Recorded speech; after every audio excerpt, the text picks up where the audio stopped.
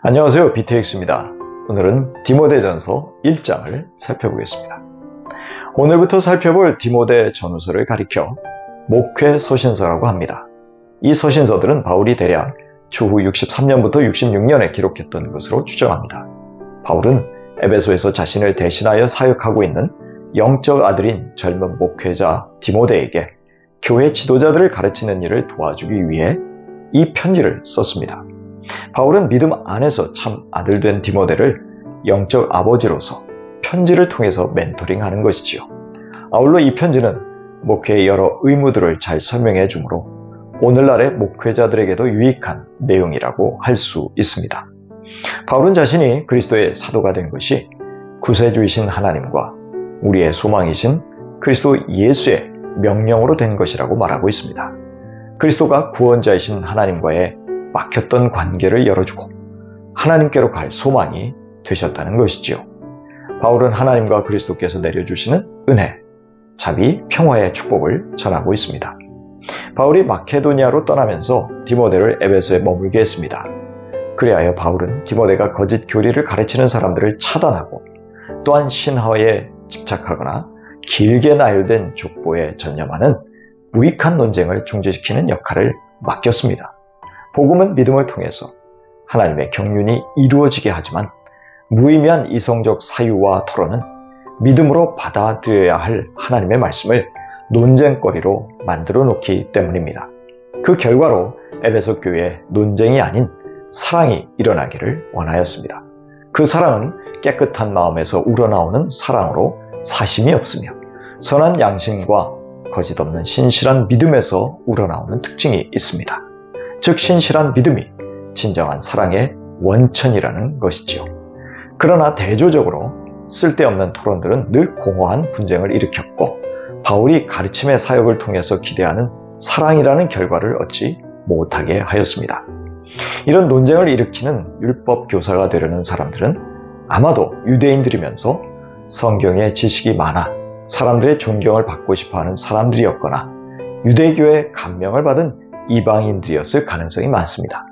이들은 하나님의 말씀을 오해했을 뿐 아니라 자기들이 말하는 내용조차 실제로 전혀 이해하지 못했습니다.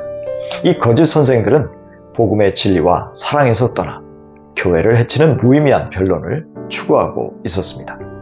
바울은 사람이 율법을 적법하게 사용하면 선한 것이라고 말합니다. 율법은 여전히 그리스도인으로서 거룩한 삶을 살아가는 데 지침을 제공하고 죄에서 우리를 지키도록 하기 때문입니다.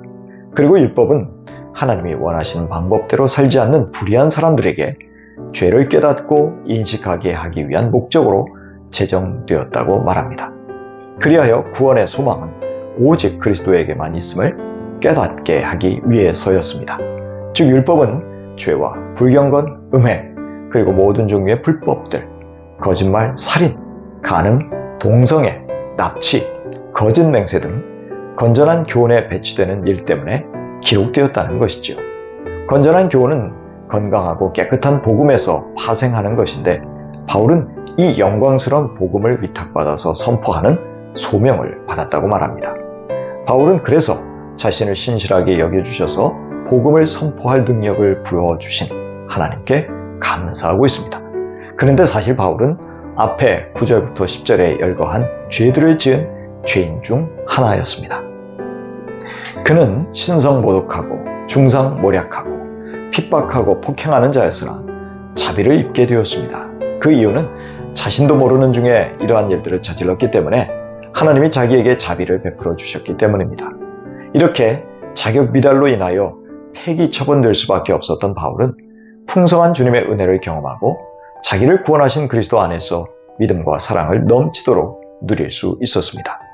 바울은 예수 그리스도께서 죄인들을 구원하시려고 이 세상에 오셨다는 말씀은 신실하기에 모든 사람이 다 받아들일 가치가 있다고 말합니다. 그리고 그 모든 사람들 중에 이 복음을 받아들인 사람이 바로 죄인들 가운데 으뜸인 자신이라고 말합니다. 그런데 하나님이 죄인들의 우두머리인 자신에게 은혜를 베푸신 이유는 예수 그리스도께서 자기에게 모든 인내를 보이심으로 후에 주를 믿어 영생 얻는 자들에게 본보기가 되게 하시기 위해서였습니다.